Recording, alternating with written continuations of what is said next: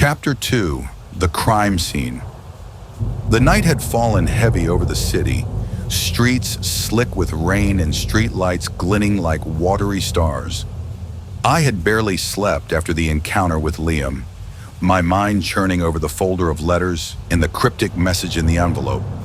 Every sound from the city seemed amplified: the drip of water from a gutter, the distant screech of tires on asphalt, the rhythmic echo of my own heartbeat, like the world was trying to warn me. Then came his call. "It's happened again." Liam's voice was tense, clipped. "The body, 15th and Pine. Hurry." I didn't hesitate. I grabbed my coat, the folder clutched under my arm like a shield, and ran into the rain. By the time I reached the scene, police tape already cordoned off the street. Blue and red lights flashed intermittently, reflecting off the wet asphalt, and the metallic scent of rain mingled with something far fouler. Detectives and uniformed officers moved efficiently, but there was an unmistakable tension in the air. They were professionals, but anyone could sense that this crime was unusual, deliberate, theatrical even. Liam emerged from the shadows, coat dripping, eyes scanning the scene with a calm I could never summon. "Do you see it?" he asked, his voice low. "The pose, the pattern, the precision." I followed his gaze.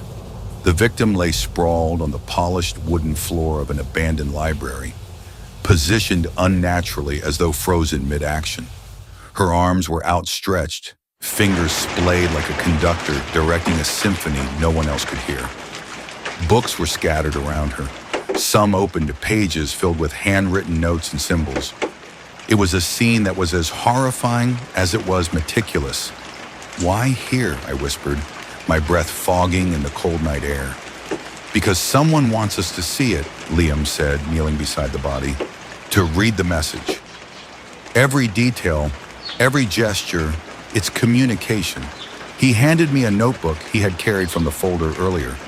Inside, sketches of the crime scene, notes about the positioning, and diagrams of patterns filled the pages. Every line, every arrow, every highlighted word pointed to something larger, something purposeful. I couldn't look away.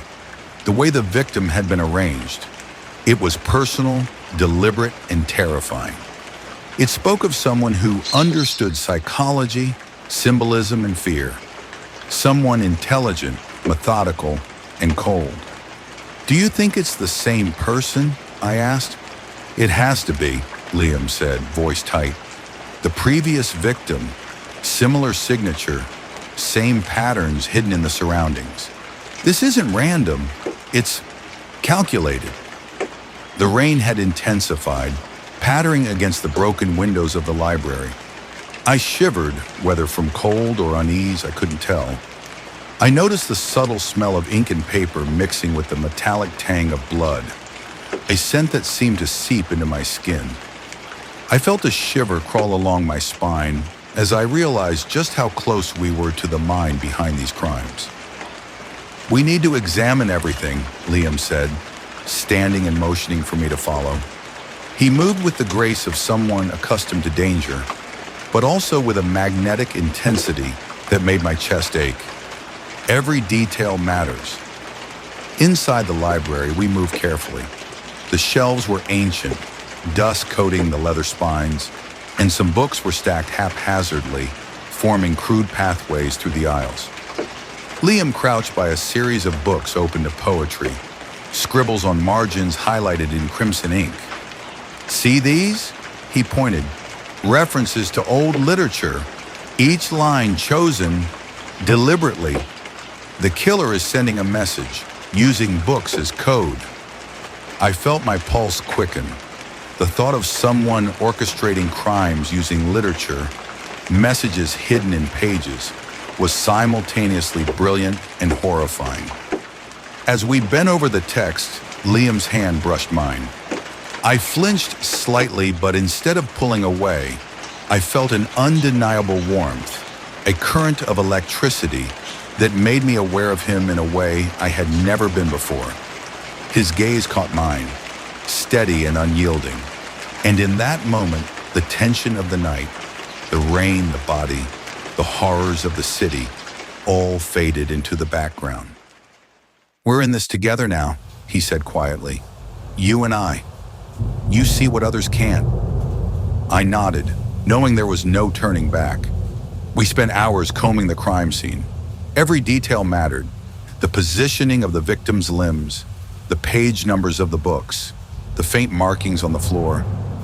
Liam explained his method as if teaching, his voice low and hypnotic. "Notice the sequence. 3 steps forward, 2 back. It's rhythmic, almost musical." By the time we left, the rain had stopped, leaving the streets glistening under the pale moonlight. My coat was soaked, my hands chilled, but my mind was alive with possibility. There was a pattern here, a logic that could be deciphered if I dared to follow it. But as I walked back to my apartment, I noticed something that made my blood run.